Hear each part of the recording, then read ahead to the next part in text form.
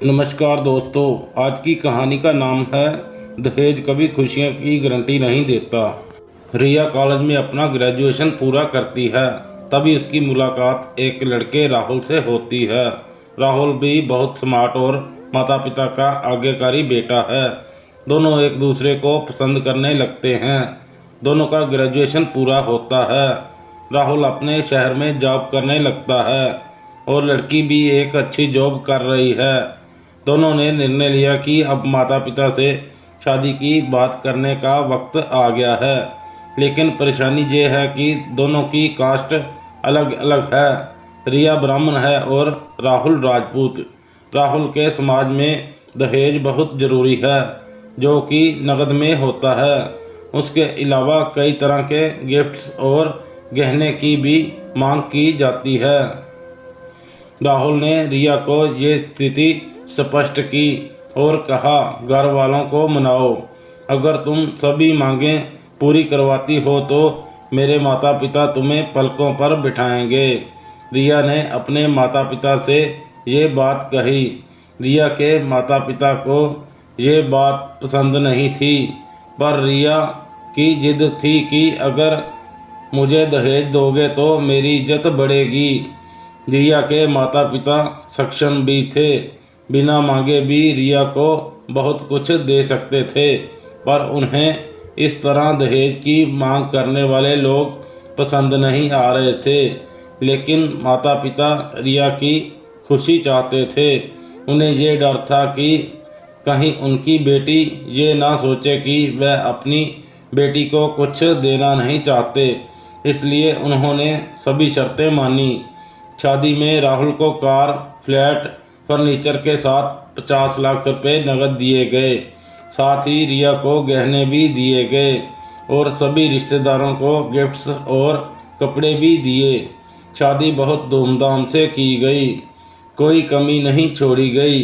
रिया को मन ही मन ये गुमान था कि कास्ट अलग होने के बावजूद माता पिता ने उसकी शादी ससुराल के हिसाब से की। रिया को विश्वास था कि उसे बेटी बनाकर रखा जाएगा, उसे वही प्यार दिया जाएगा जो उसके माता पिता ने दिया, क्योंकि उसने अपने ससुराल का मान रखा है। रिया ने अपने घर से ससुराल विदा ली। ब्राह्मण कन्या राजपूत घर की बहू बनी। ससुराल में बहुत ज़्यादा पर्दा प्रथा थी। बहू को मनचाहा खाने तक की स्वतंत्रता नहीं थी।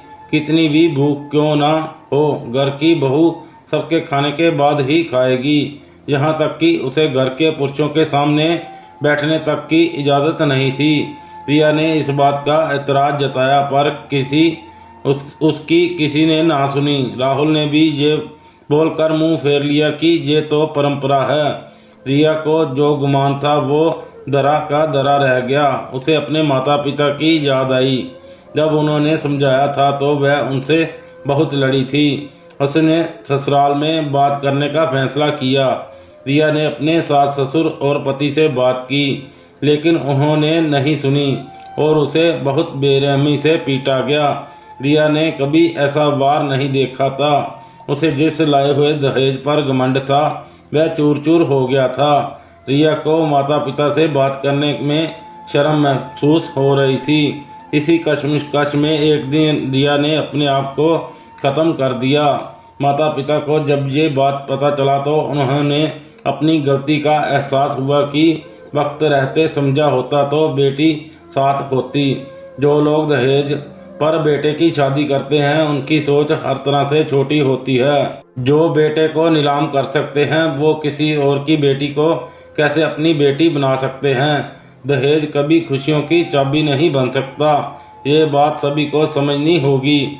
इस दहेज प्रथा की कहानी में आपने पढ़ा होगा कि माता पिता ही नहीं, लड़की की सोच भी दहेज को सपोर्ट कर रही थी।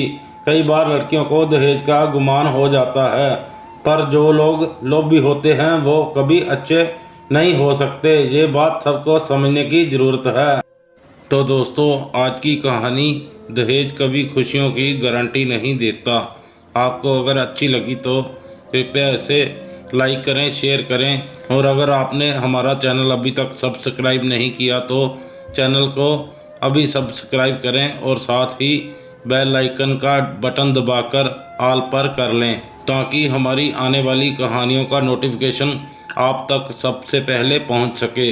अपना कीमती समय देने के लिए बहुत बहुत धन्यवाद।